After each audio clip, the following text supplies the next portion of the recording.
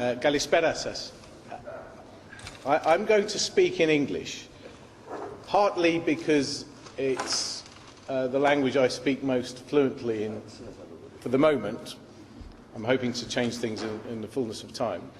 But secondly, because I'm being recorded, and even though my primary objective is to address the people who've been kind enough to attend this evening, I also want to direct my attention to the diplomats, academics, politicians and others in the rest of the European Union, the United States and the rest of the world. So English will hopefully enable them to understand what is going wrong here in this small corner of the European Union.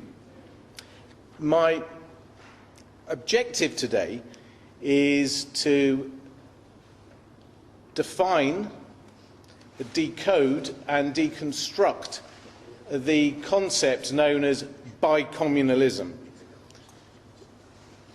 We've all studied the Cyprus question for decades, and we have tended to focus on the features of the Cyprus question that are in our face, such as the de facto partition, the question of the displaced persons and refugees, the issue of Bi-Zonality, the problems with federation. But to some extent we seem to have overlooked what I now regard as the essence of what is wrong with Cyprus, and that is bi-communalism. And I have really two main arguments which I'm going to advance this evening. The first is that bi-communalism is unjust, and by extension it's unethical and unfair, and arguably unlawful, but there's a Security Council resolution that endorses bi-communalism, so it's very difficult to argue that it's unlawful, but I'm going to certainly argue that it's unjust, unethical and unfair. But I'm also going to try and suggest to you that it's unworkable as well. So those are my two main themes. You can see from the image that I've put at the top that the essence of bi-communalism is division. But it's much more than that. It's a legacy of Ottoman as well as British imperialism. It's a euphemism or a cloak to disguise what it really means. I'll explain what I mean by that in a moment or two. It's also what we, in the English administrative law terms, describe as irrational, or so unreasonable that no reasonable person would come up with it, because it's designed to do something that is not going to work. It's defective, it's conceptually defective. And also, and this is something that I'll try and bring across today, it's not really European. It's not really part of the liberal democratic constitutional tradition, although Belgium is sometimes used as an absurd example of a successful or unsuccessful comparison. It's actually a terrible precedent, but we'll come to Belgium later. So it's not really European, and it undermines any real possibility of this country becoming a truly pluralist, a truly inclusive, a truly secular, liberal democracy resting under the rule of law. My conclusion is the future of Cyprus must rest on pluralism, secularism, inclusion, non-discrimination, the principle of equality, and the idea that we are all members of the liberal democratic family. Bi-communalism defeats that possibility. So that in 2 or 3 minutes is a summary of what I'm going to say. Let me now move on a little bit. I have to begin by making a declaration of interest. My declaration of interest is that I was born in the United Kingdom. I'm a British citizen. I'm a European Union citizen.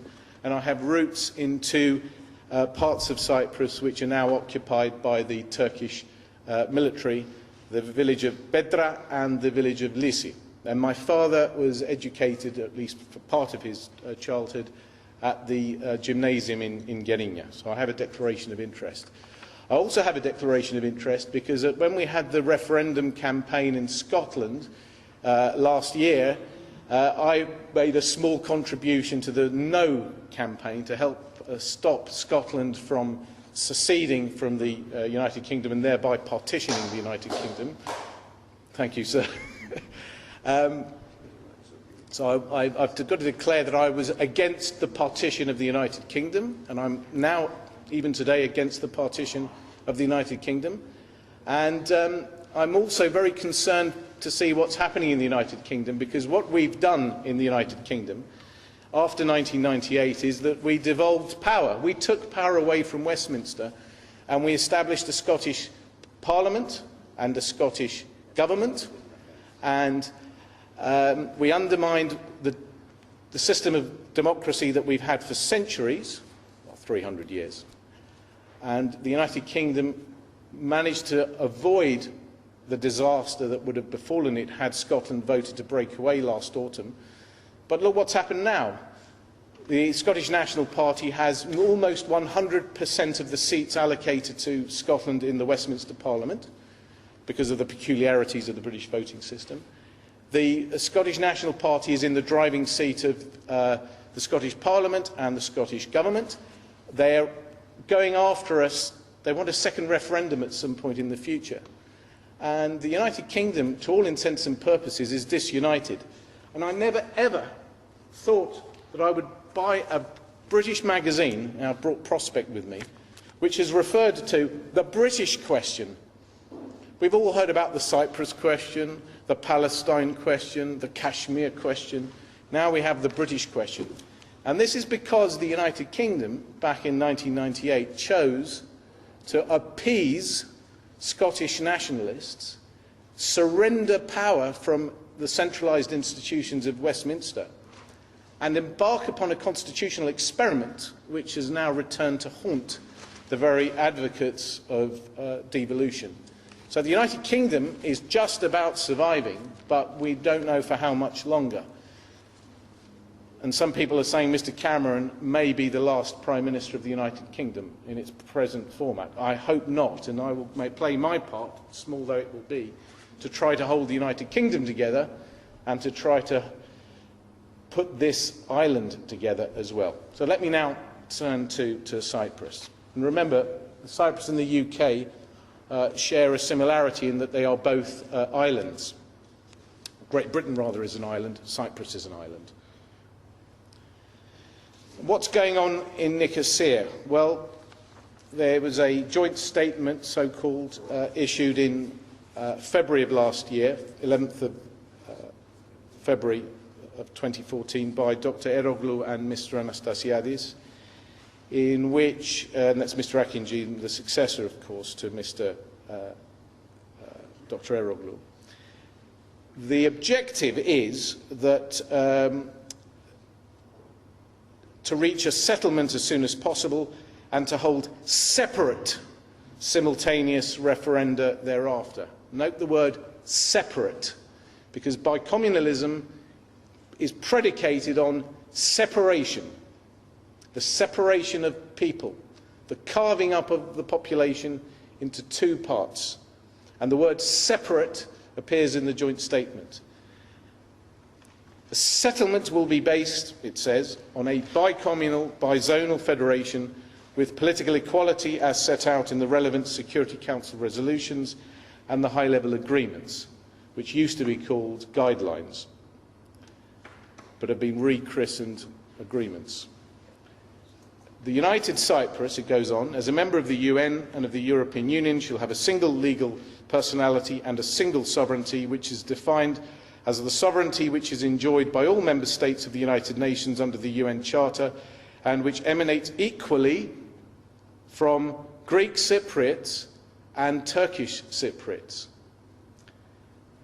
As I will explain in a moment or two, this is the doctrine of separate but equal, which was branded as unconstitutional in the United States in the field of education as long ago as 1954. This doctrine, separate but equal, was the doctrine that was the basis of apartheid in South Africa.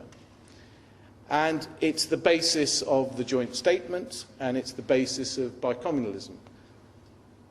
As Americans are taught at school, you cannot be separate and equal. It's a contradiction in terms. And if you are separate, that means you are apart. And if you are apart, that means that your ideological principle is on all fours with apartheid. There's more to it than that, but I thought I'd just begin with the joint statement and build from there. Now, let's zoom in on the word bicommunalism and at the same time have regard to bizonality. It might help if we had a look at the map that was embodied within the ill-fated Annan Plan of 2004, which, again, I have to declare an interest here, I campaigned against from afar in the United Kingdom.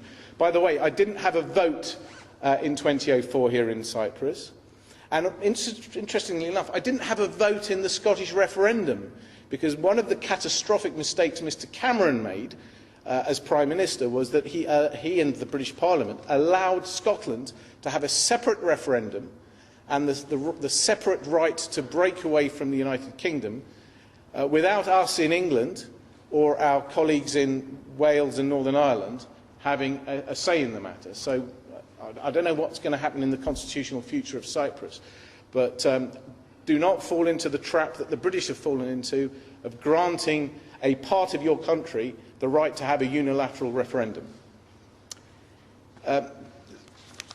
Bicommunalism. It's a euphemism, it's a cloak, it's a term that's misleading. Why is it misleading? It's misleading because it doesn't really mean the number 2 all of the time. And the same applies for bizonality. Bizonality does not really mean 2 zones, it means 4 zones. Let's be clear. If there is a settlement of the Cyprus question in accordance with what is being discussed in Nicosia, you will not end up with 2 constitutionally established zones. You will have 4 constitutionally established zones. You will have, if we use the Annan Plan terminology, a Greek Cypriot constituent state in the south, a Turkish Cypriot constituent state in the north, and you'll also have 2 British sovereign base areas, perhaps in truncated form, but you will still nonetheless have 2 sovereign base areas in the south with the stamp of approval from the electorate. So you will end up with 4 zones. Now, I'm not here to say that the British bases should close down or change. I'm merely making the point that bizonality is a euphemism. It's a misleading term because we're not talking about 2 zones, we're talking about 4.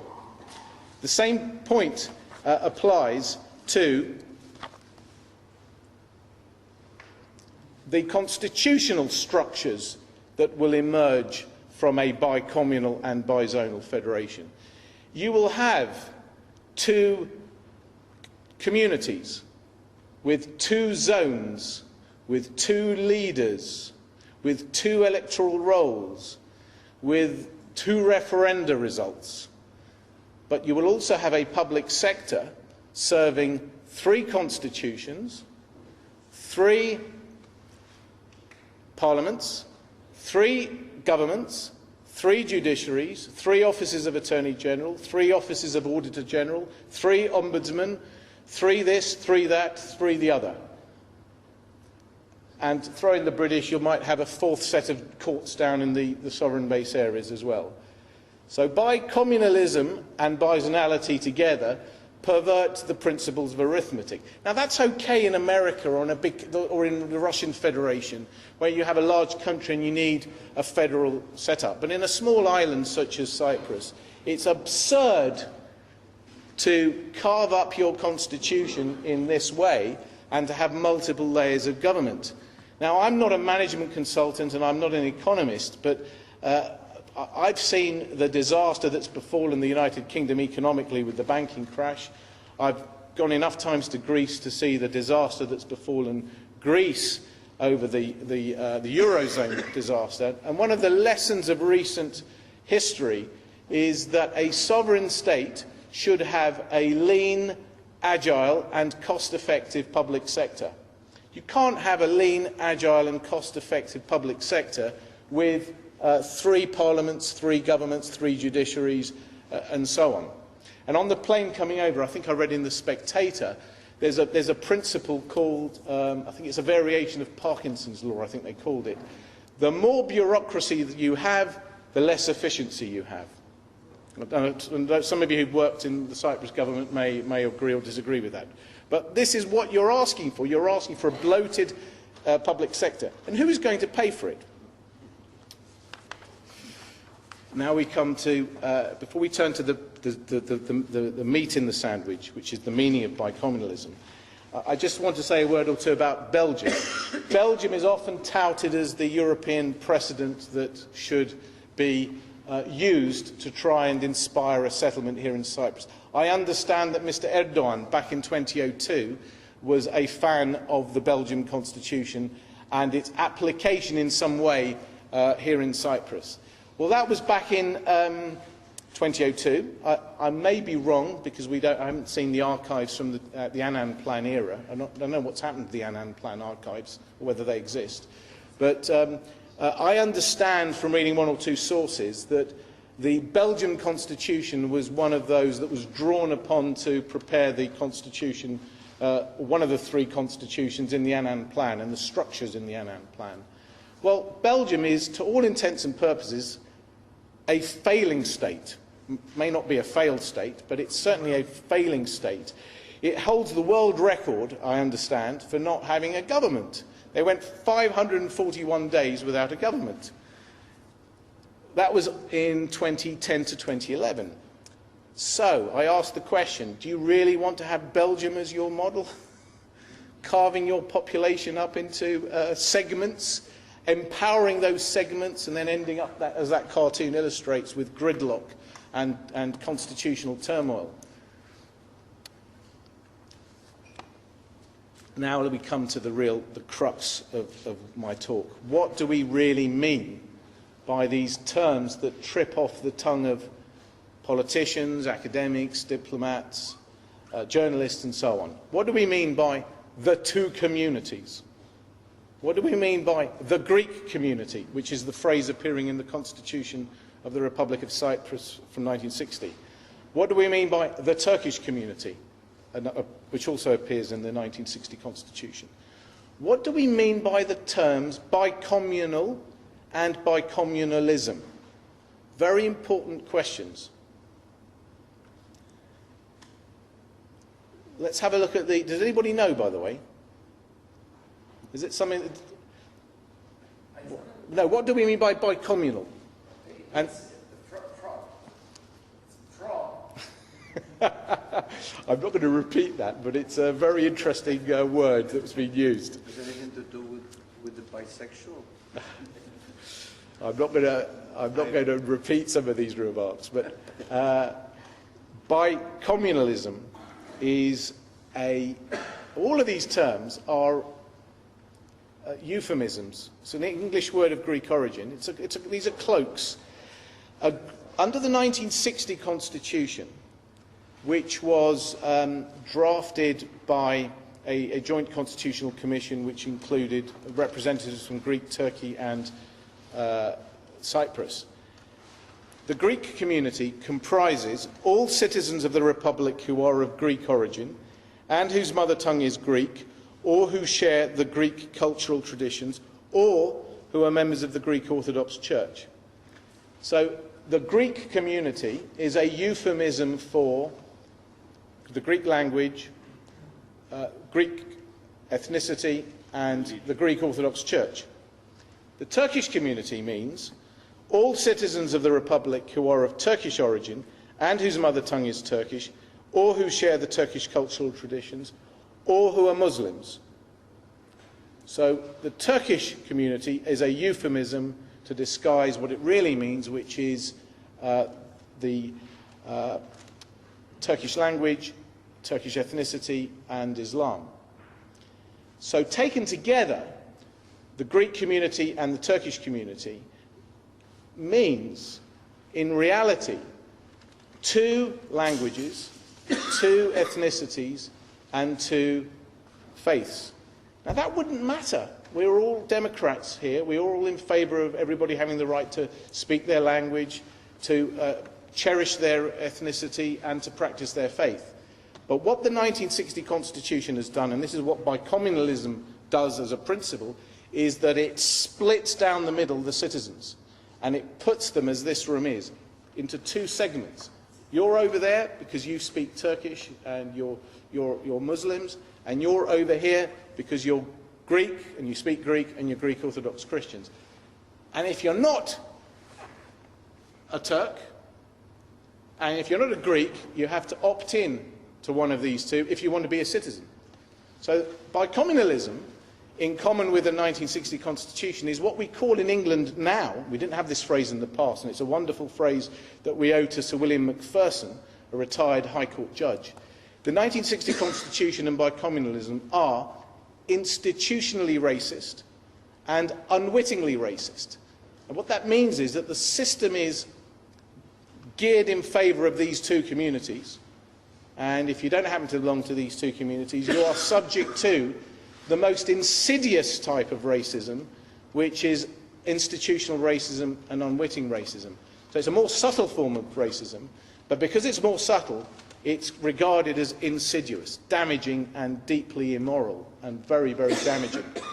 And at a time when, here in the Republic of Cyprus, we have a multi-ethnic, multi-faith community in the singular, notice my choice of term, we should be embracing the diversity of the population and integrating the migrants and the refugees and the other people who've arrived here in recent years. And we should be building our constitution based on the demographic realities of the Republic of Cyprus today, not the policies of the past, which I will come to in a moment or two. So Bi-Communalism is a euphemism to divide or to disguise the division of people along the lines of language, ethnicity and religion. But what does that word Bi-Communalism mean? It's almost an ideology in the way we refer to communism or Nazism or socialism. It is in a way an ideology, but it's not defined in the Oxford English Dictionary. The word bi is defined. Bi is defined in the Oxford English Dictionary as connoting the sense that something is having or is furnished with two elements. Communalism is defined. So we have a look at, I'll explain to you what communalism means according to the Oxford English Dictionary. It offers a number of variations. Communalism is a principle or system of social organisation in which the major political units of society are local, self-governing communities. So there's an element of self-governing embodied within the definition of communalism. Secondly, communalism embodies communal living, usually with common ownership of property, and the organisation of society at the level of the community rather than the individual. Communalism gives primacy to the community rather than the individual. Western liberal democracy is predicated on us, you, the individual, the empowerment of the individual. The individual has become a consumer. We are empowered by law, by the courts, by Parliament, as citizens of a state, as individuals and as consumers. Communalism subordinates the individual to the interests of the community. And if you don't happen to be Greek or Turkish and don't fall neatly into one of those two camps, you are coerced constitutionally into one of those two camps, if you want to be a citizen, and you are thereby de-individualised. I won't go as far as to say that you are dehumanised, but you are de-individualised because you are subservient to the community. The Oxford English Dictionary goes on to explain that the origin of communalism is South Asian, and it entails, this is very important, communalism owes its origins to South Asia, and it entails strong allegiance to one's own ethnic or religious group, rather than to a society or nation as a whole. And communalism is thereby associated with religious factionalism, ethnocentrism, and the structuring of society or politics is the basis of this.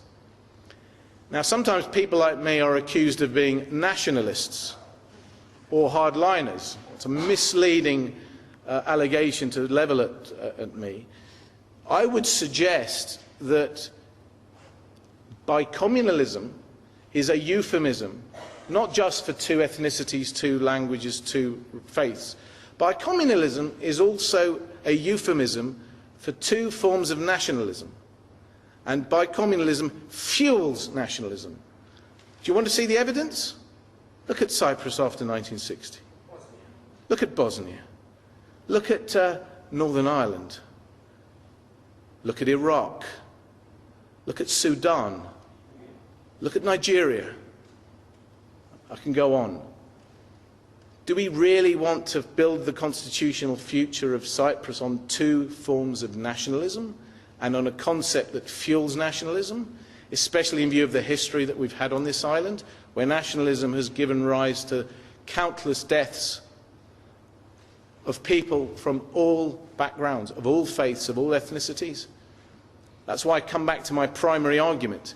The future of Cyprus must rest not on bi-communalism, but on the concept of one island, one people, one community, one parliament, one government, one judiciary, one public service, and one united, integrated population where everybody adheres to the rule of law, the principles of liberal democracy, secularism, pluralism, and a dedication to upholding the fundamental, honourable and ethical values of the country.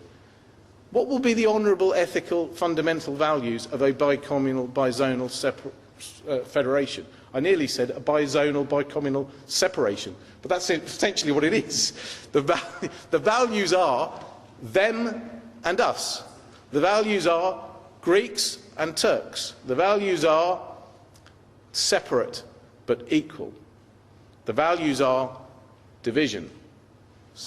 And that, in my view, is a bleak, dishonourable, unethical, unconscionable, unfair and morally repugnant objective. Why has bi-communalism emerged as the constitutional pillar of the Republic of Cyprus, if we think of it of 1960, and why is bi-communalism one of the pillars of the joint statement and of the UN Security Council resolutions? The answer is complex, but it boils down to this. We need to understand pre-1960 history. Bi-communalism owes its origins to the Ottoman conquest of Cyprus and the practices of the Ottoman Empire. But in more recent times, the idea of bi-communalism and bi-zonality owes its origins to British Imperial India. In the last days of British Imperial India, or in the last years rather, of British Imperial India, the leader of the Muslim League of India, as it then was, Muhammad Ali Jinnah, a barrister by profession, a member of Lincoln's Inn, came up with the idea that the Indian question, as it then was, should be settled by means of the creation of a, you guessed it, bi-communal, bi-zonal federation. He had in mind Hindustan, or a Hindustan zone for the Hindus, and a Pakistan zone primarily for Muslims. Now, I don't know to what extent Mr. Denktash was influenced by Jinnah. There's some reports that he liked to describe himself as the Jinnah of Cyprus. But Mr. Denktash went to Lincoln's Inn when he went to study law in the university in London, and he was called to the bar of Lincoln's Inn. And as I understand it, he was at Lincoln's Inn from 1944 to 1947, in the last 3 years of British rule in India. So I asked the question, to what extent was Mr. Denktash influenced by the philosophy of Jinnah and the idea of a bi-communal, bi-zonal federation in India, British Imperial India? Nothing came of that, of course, and India ended up being, or British Imperial India rather, ended up being partitioned into various parts. Now, I'm not making any apology for going into this history, because I know the diplomats don't like us dredging up history, but because it's inconvenient and it obstructs what the diplomats want to do, which is to reach a settlement and sort of get on, move on and earn a Nobel Peace Prize. But I'm mentioning the history because if you read Aristotle, he says you can't understand anything unless you go back to the beginning and examine how and why that thing began, how it was conceived, how it developed and how it emerged, how it was born and so on. As far as Cyprus is concerned, the immediate origins of what we might term Republican Bi-Communalism, that's to say post-1960 Bi-Communalism, that form of Bi-Communalism owes its origins to two people, really, among others. Professor Nihat Erim, who was the Turkish constitutional scholar who was an advisor to Mr. Menderes, the Prime Minister of Turkey, from 1950 until 1960. And the other one is Fatin Zorlu, who was the Foreign Secretary or Foreign Minister of Turkey during the final part of the 50s. Now, I owe a great deal to Christo Yagovu and Neoglisari and others who've written about Nihat Erim. I don't read Turkish, so I can't really translate his work, so I'm reliant on the works of people like Christo Yagovu. And what emerges from those analyses is that Nihat Erim came up with what might be termed the 5 pillars of partition. And one of the 5 pillars of partition was the notion that in Cyprus there are 2, and no more than 2, communities. Now, Erim came up with this idea in 1956 with 2 reports he furnished to Mr. Menderes. So the idea that we have 2 communities in Cyprus owes its immediate origins to 1956. Then Mr. Zorlu comes into the picture as a foreign minister, and in 1958 he starts, this is at the back end of British imperial rule here in Cyprus, he comes together with the Greek foreign minister, Mr. Averov, and Mr. Zorlu persuades Mr. Averov to create an independent, so-called independent, in fact, if the word independent didn't appear in the Zurich Agreement, forgive me, to establish a bi-communal state of Cyprus. And Mr. Averov, wittingly or unwittingly, accepted that premise. So we ended up with the Zurich Agreement, which was predicated on the creation of a bi-communal state, and that was presented as an agreement to the British. The British agreed it, subject to the retention of the sovereign base areas and the retention of Cyprus as a base, which is another story, but not for today. And we ended up with a London conference, and the idea of a bi-communal state was presented as a non-negotiable fait accompli to Archbishop Magarios and Mr. Dr. Kuchuk, and they were invited to rubber stamp the Zurich-London agreements, which they did after a bit of a delay. And the very fact that you had, there we have them, the very fact that you had an archbishop as the head of the community is sort of a manifestation of bi-communalism and a defeat for secularism. Now, I'm not making a criticism of Archbishop Magarios. He was a product of Ottomanism and bi-communalism.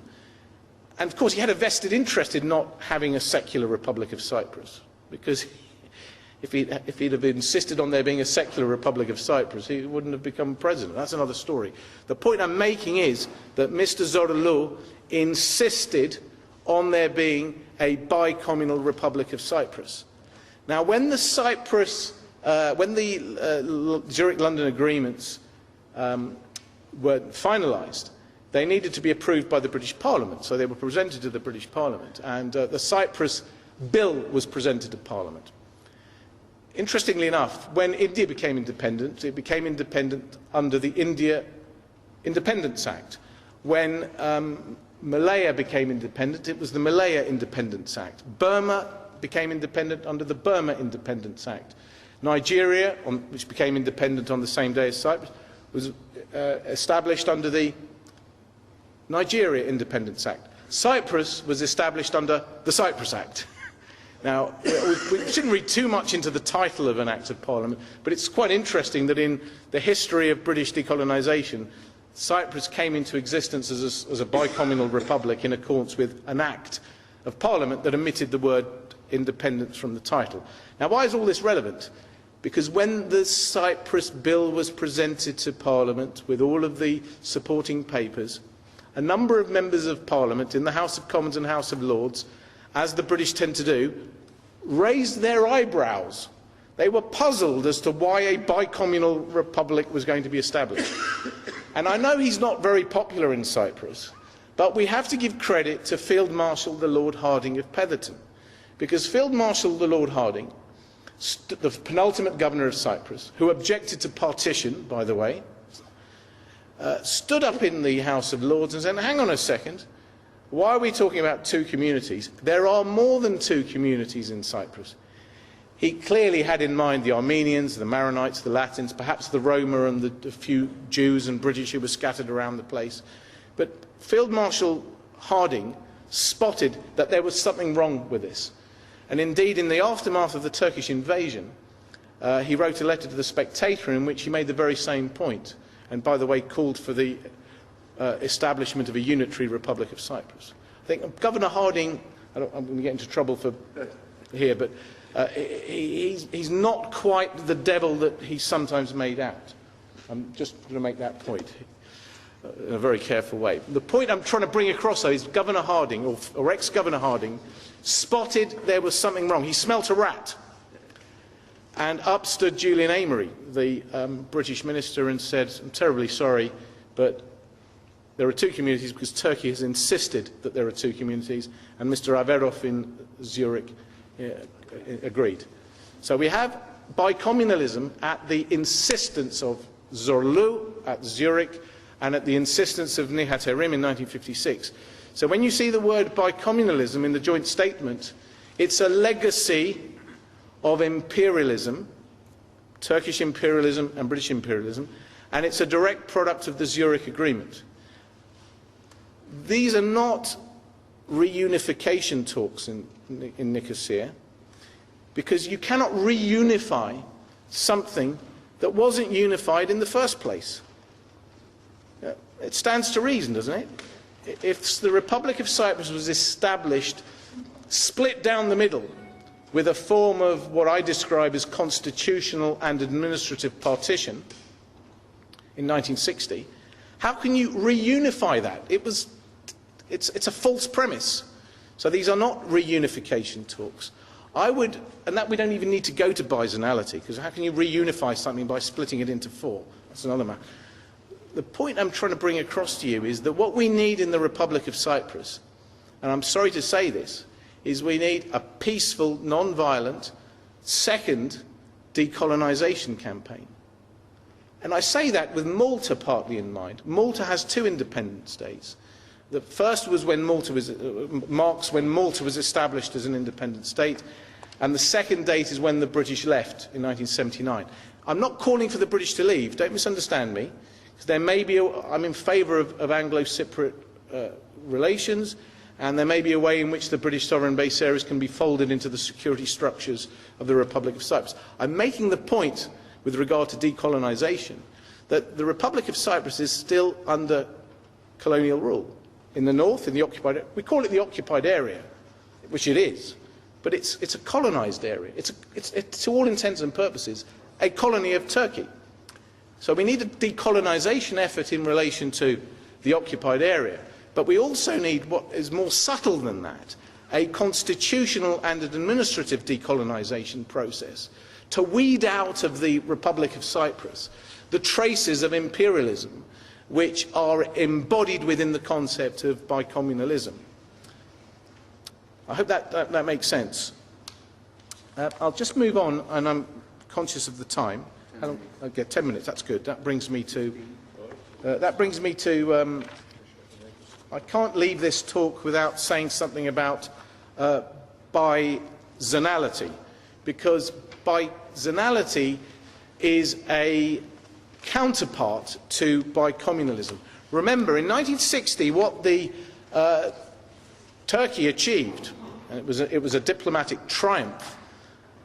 What Turkey achieved in 1960 was the constitutional and administrative partition of Cyprus with the full force of law and with the approval of Archbishop Magarios and Dr Küçük and the British and the Greeks and the Turks. There was constitutional and administrative partition in 1960. And what Turkey managed to achieve de facto in 1974 was the counterpart to constitutional and administrative partition, which is geographical partition, demographic partition, and thus segregation, or apartheid. Take your pick. The negotiations here in Nicosia, in my view, are not a reunification process. They're not really a peace process unless you look at the ancient Greek definition of peace. And there are two versions of peace in ancient Greek. I'll let you look it up afterwards and you'll see what I mean. It's not really a peace process, it's a surrender process. And the objective is not the formulation of a settlement plan. The objective is the composition of an instrument of surrender. Why do I say that? The British, and I'm British and I love the British, they are experts at washing their dirty linen in public. That's why we have inquiries where we discover all the dirty linen. You know, it sometimes takes a while for stuff to come out. We have a Freedom of Information Act now. We discovered the other day what Prince Charles was saying to ministers behind the scenes, because we have a Freedom of Information Act and various other legislation. And we have a National Archive. And I'm a historian as well as a law lecturer. And the British have published the document, or many of the documents from 1974. The Foreign Office has published them. And I've been to the archives many times, but I'll just read to you just a couple of documents from 1974 which explain to us what Turkey's objectives were before the invasion. So let me just give you two or three examples, and then I'll close. The first example, and I haven't even, before we get there, yeah, I'll come to that later. Actually, I'll do it now. I should have said this earlier. I'm going to rewind. Bicommunalism, of course, is a variant of separate but equal, which was the discredited constitutional doctrine of apartheid in South Africa and segregation in America. And hopefully those two images make that point for me.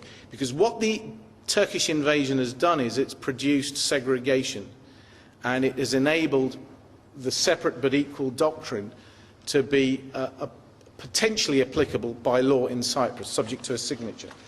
Here's the first document.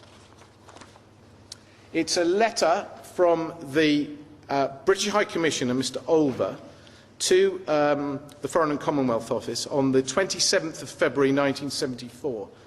And the British High Commissioner is reporting upon his conversation with a Mr. Inhan, the Deputy Head of Mission at the Turkish Embassy in Nicosia. This is before the invasion. What were Turkey's objectives in February 1974? A bi-communal state. So not the annexation of Cyprus or the conquest of Cyprus, a bi-communal state. B, a federal system, or to call a spade, federation.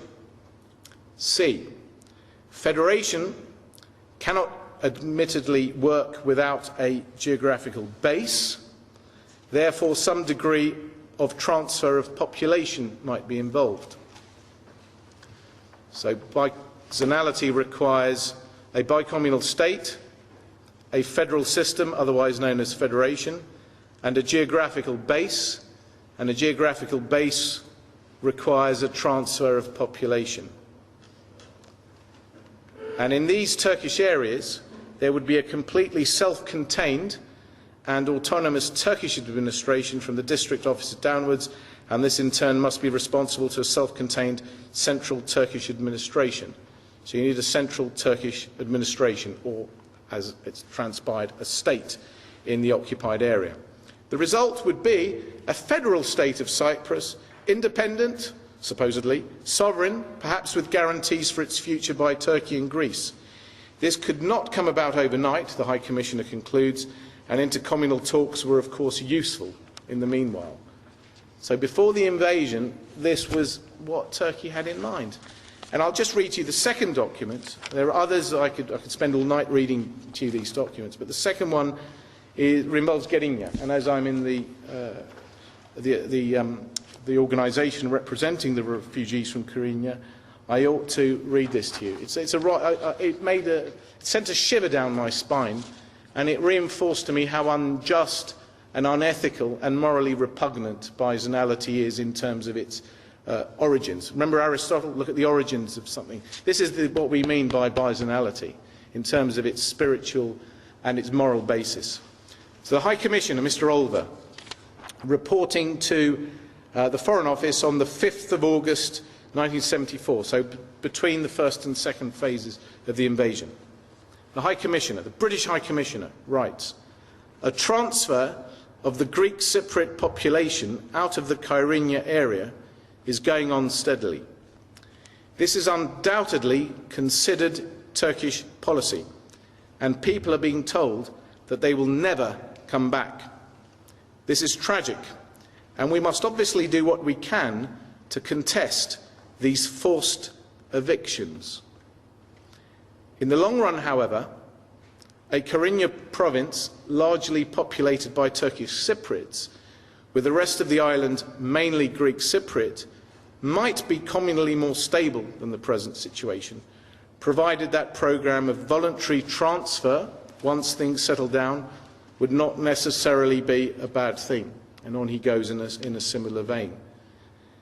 A fully federal solution is clearly the least that the Turks will accept. Many Turks here, including Mr. Denktash, openly bemoan the slowness of their generals in not grabbing more land. That, ladies and gentlemen, is the moral basis of Bi-Zonality. It rests on the crime of forced eviction of people from their homes.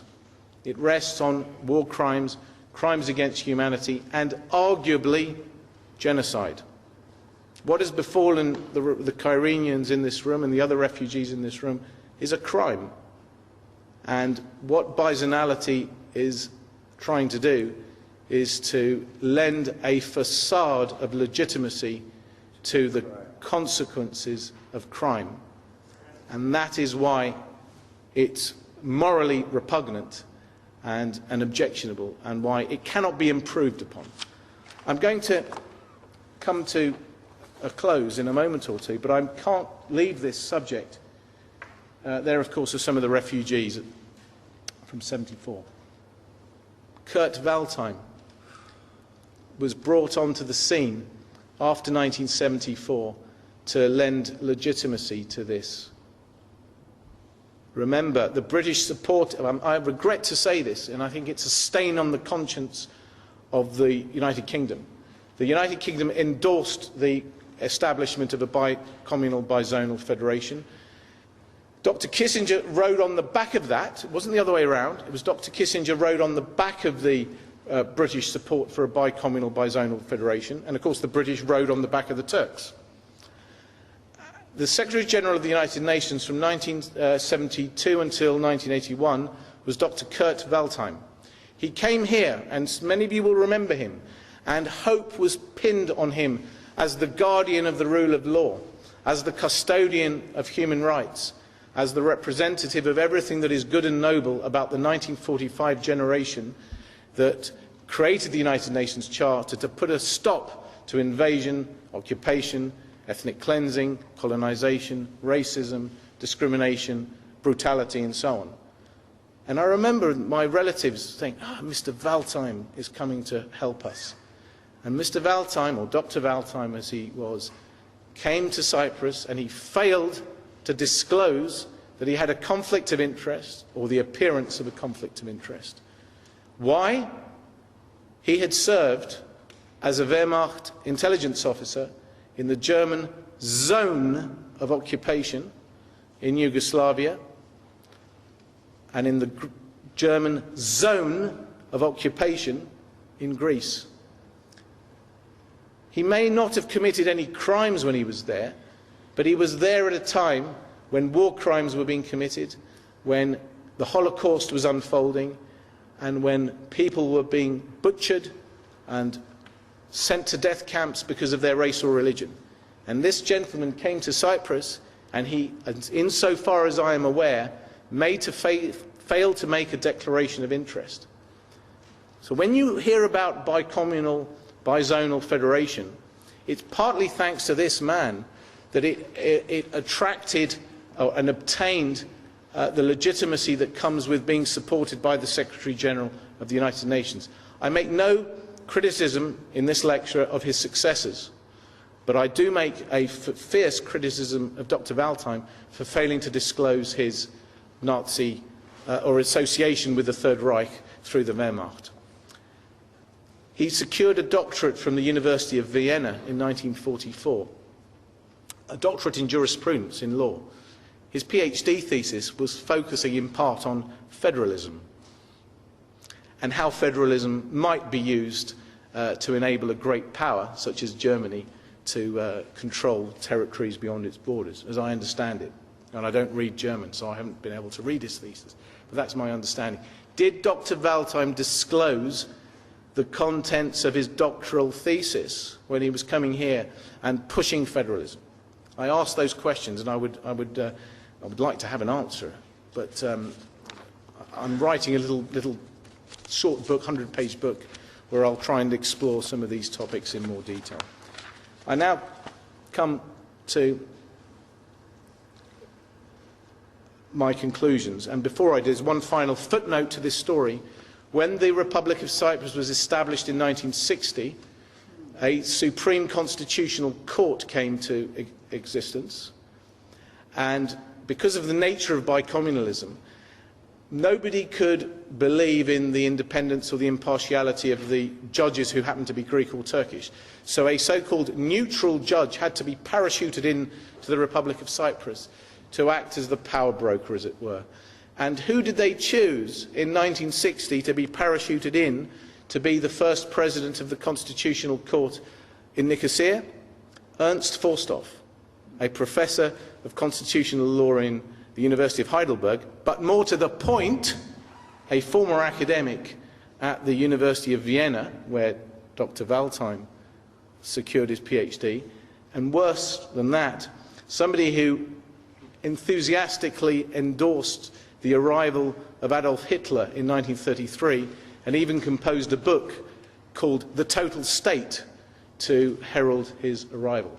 And Ernst Forsthoff is a figure from history that you all need to be aware of, because when he encapsulates, Ernst Forsthoff, a Nazi, or ex-Nazi as he was described by some, Ernst Forsthoff encapsulates what's wrong with bicommunalism. It's associated with division and racism and discrimination.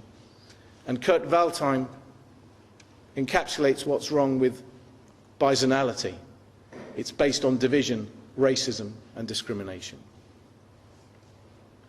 Having descended into the depths of despair and into the swamp of immorality and the stench of segregation, let's clear the air. Dr. Martin Luther King earned the Nobel Peace Prize in 1964. He led the campaign for desegregation in the United States. And when he began his campaign, some of the Americans went up to him and said, "Do you know what? We can't dismantle desegregation. We can't desegregate America because segregation is too deep-rooted. We cannot take on these big institutions, the southern states, the governors, the powerful people. We can't take them on. They're too powerful. Segregation is too deeply entrenched. All we can do is improve segregation. Let's try and improve the conditions of segregation. And Dr. King said, you can't improve something that's morally repugnant. And he led the inspirational campaign to desegregate the United States. And if you go into the library of the Supreme Court of the United Kingdom, as I've been privileged to do, you'll see carved into the woodwork a phrase from Martin Luther King, and it's the opening sentence that I've put on the screen for you here. It's from his letter from Birmingham jail of 16th of April 1963. Injustice anywhere is a threat to justice everywhere. The Geriniodes in this room are the victims of an injustice. The other refugees are the victims of an injustice. Anybody here in this island who's had a relative murdered or has been uprooted from their home, whatever their race or religion, they are victims of an injustice. And the injustice will perpetuate for as long as Bi-Communalism perpetuates. I'm going to close with Dr. Martin Luther King. I'm going to adapt his words from his speech in the Capitol in Washington on the 28th of August 1963. So this is my adaptation of the I Have a Dream speech. Let us not wallow in the valley of despair.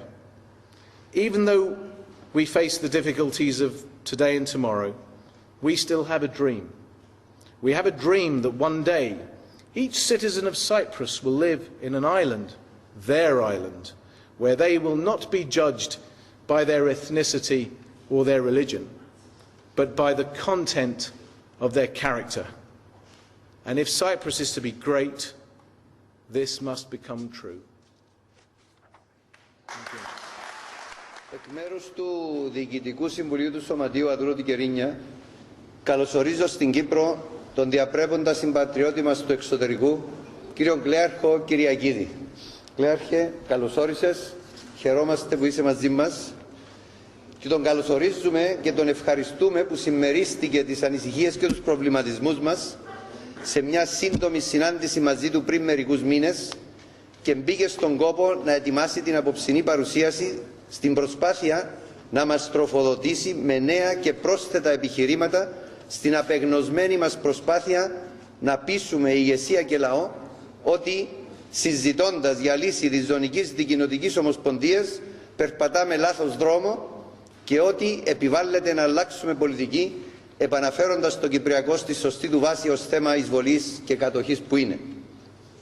Λόγω του περιορισμένου χρόνου που προσφέρεται για τη διοργάνωση και του γεγονότος ότι επιβαλλόταν η διάλεξη να γίνει στα αγγλικά, απεφασίστη να κάνουμε κι εμείς κάτι το οποίο δεν έχουμε ξανακάνει. Εμείς ήμασταν πάντα των ανοιχτών συγκεντρώσεων. Έτσι για απόψε η εκδήλωση μας είναι αυτού του κύκλου, στο οποίο εκλήθηκαν ακαδημαϊκοί, δικηγόροι, αναλυτές, φοιτητές, βουλευτές και εκπρόσωποι όλων των κοινοβουλευτικών κομμάτων και το Υπουργείο Εξωτερικών για να κάνουμε ένα πρώτο προβληματισμό στη βάση που θα καταθέσει ο αγαπητός Klearchos. Αυτό γίνεται με τη διαβεβαίωση ότι το θέμα θα ξανατεθεί σε ανοιχτές συγκεντρώσεις από τον Σεπτέμβριο, όταν ελπίζουμε ο αγαπητός Klearchos θα προσφέρεται για το σκοπό αυτόν. Χαιρετίζω τους παρόντες και να αναφέρω ότι εδώ μαζί μας εκπροσωπούνται τα κόμματα Συναγερμός, ΔΙΚΟ, ΕΔΕΚ, Νέοι Ορίζοντες, Συμμαχία Πολιτών, Ευρωπαϊκό Κόμμα, Ευρωκό. Το εκπρόσωπος του Συναγερμού, σαν να μην το βλέπω, εδήλωσε να παρευρεθεί εκ μέρους του Προέδρου κ. Αβέροφ. Ελπίζω να έρθει. Το ΑΚΕΛ δεν ούτε καν ανταποκρίθη τηλεφωνικά. Οφείλω να τα αναφέρω για σκοπούς τάξης. Ο κύριος Κουλίας είναι πάντα παρόν και δεν χρειάζεται καν να αναφερθώ στον άνθρωπο που πρωτοστατεί στους αγώνες που κάνουμε. Και τον συγχαίρουμε και τον ευχαριστούμε. Το ίδιο και τον αγαπητό μας Νίκο, τον Κουτσού, ο οποίος παρά τα προβλήματα υγείας με τα οποία ατύχησε τον τελευταίο καιρό, είναι πάντα παρόν, διαυγής, το πιο ευχάριστο για όλους μας και έτοιμος με απόψεις και θέσεις. Και ο Γιαννάκης ο Μάτσης, σίγουρα, ο οποίος πρωτοστατεί προς τις σωστές κατευθύνσεις και είναι μαζί μας. Έχει άλλον που τον εξέχασα, που δεν τον πρόσεξα, με βάση τις δηλώσεις που είχαμε, νομίζω αυτοί είμαστε. Οι υπόλοιποι ακαδημαϊκοί, δικηγόροι, σας συγχαίρω και σας ευχαριστούμε που είστε παρόντες. Ελπίζουμε να πάρουμε όλοι ερεθίσματα απόψε για να μπορέσουμε να συντονίσουμε αγώνα πιο δυνατόν περαιτέρω όλοι μαζί σαν μια γροθιά, διότι οι καιροί είναι δύσκολοι. Έρχονται χιονοστιβάδες εξελίξεων. Αγαπητέ Κλέαρχε, θα πω τίποτε παραπάνω. Καλώς όρισες στην Κύπρο.